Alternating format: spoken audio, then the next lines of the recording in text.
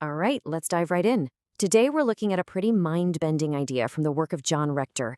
It's a framework that basically claims to decode the very structure of our personal experience. So, over the next few minutes, we're going to try to pull back the curtain and unveil the actual blueprint of your reality.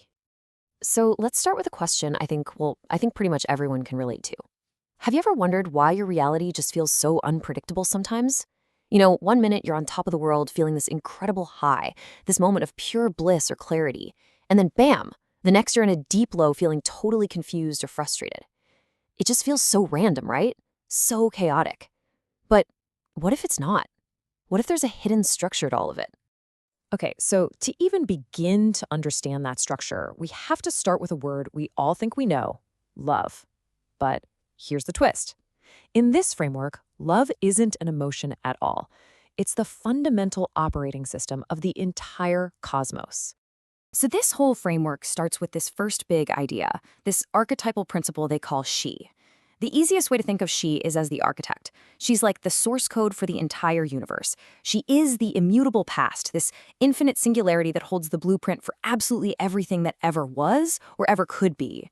And here's the really crucial part. She is already inherently complete. She lacks nothing. And, every architect needs a builder, right?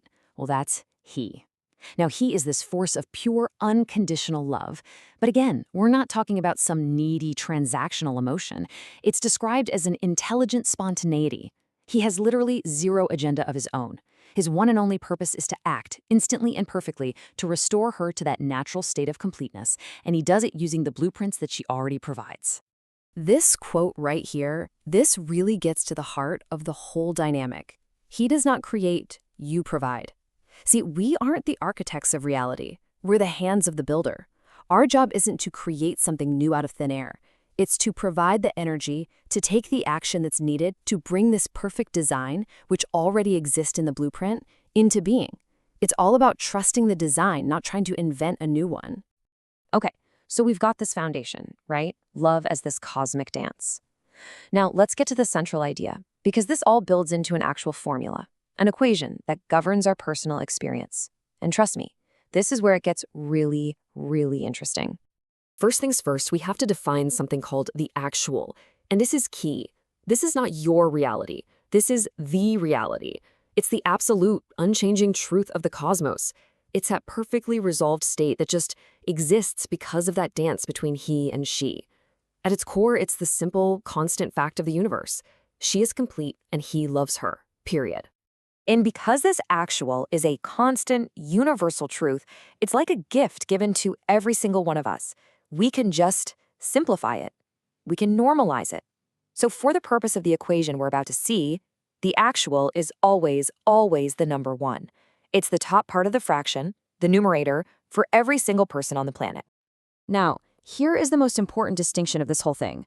Reality, with a lowercase r, that's what you and I experience every single day.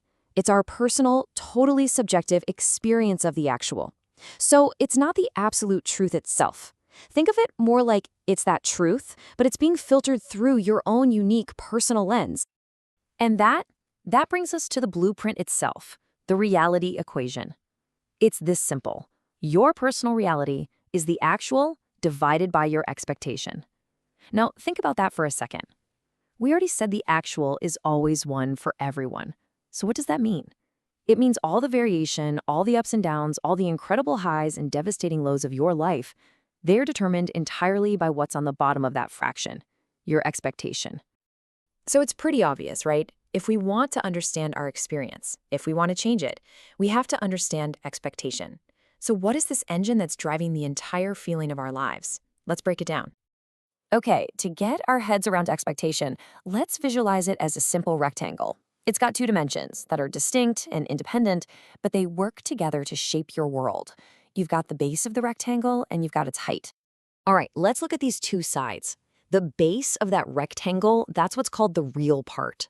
You can think of this as your subconscious. It's this malleable, habit-based prediction machine. It adapts really slowly and it only changes through repeated action. It's constantly, quietly asking, hey, is this the new normal? Now, the height of the rectangle is the imaginary part, and it is completely different. This is the realm of ideas. These are fixed, unchanging archetypes or thought patterns. They exist totally separate from us, but they can, and do, intersect with our subconscious. So what on earth are these fixed ideas? Well, they're fundamental concepts, these really powerful archetypes that we don't invent, we just encounter them. We're talking about things like hierarchy, fairness, symmetry, significance.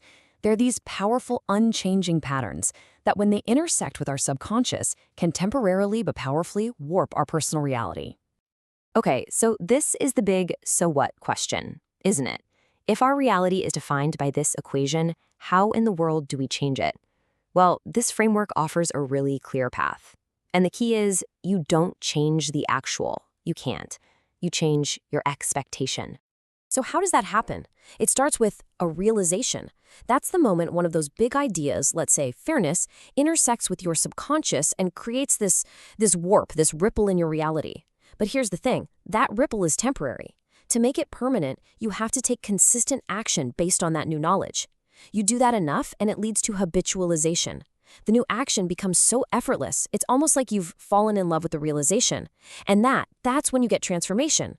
Your subconscious, that slow-moving base of the rectangle, finally accepts it as the new norm, and that's what fundamentally changes your lived reality for good. Okay, so let's zoom out for a second and look at the big picture here. If our reality, let's call it y, is equal to the actual, which is 1, divided by our expectation, which we'll call x, then the natural shape of our experience, the geometry of our life, follows the graph of the equation y equals 1 over x. And as you can see, that shape is not some calm, stable circle, it's a hyperbola. And this brings us right back to the question we started with. Think about the shape of a hyperbola. It has these arms that shoot way up towards infinity and then plunge way down towards infinity. This is the natural geometry of our experience. So those wild, extreme highs, those moments of spiritual ecstasy or insane creativity, and those crushing, deep lows of despair and confusion, that's not a sign that something's wrong. It's not a bug, it's a feature. It's just the inherent shape of your reality unfolding. So when you think about it, a realization is like a powerful moment in this huge cosmic game of hide and seek. It's the universe tapping you on the shoulder and saying, "Tag, you're it." And in this game, the rule is pretty simple. When you get tagged, you stop hiding and you start seeking.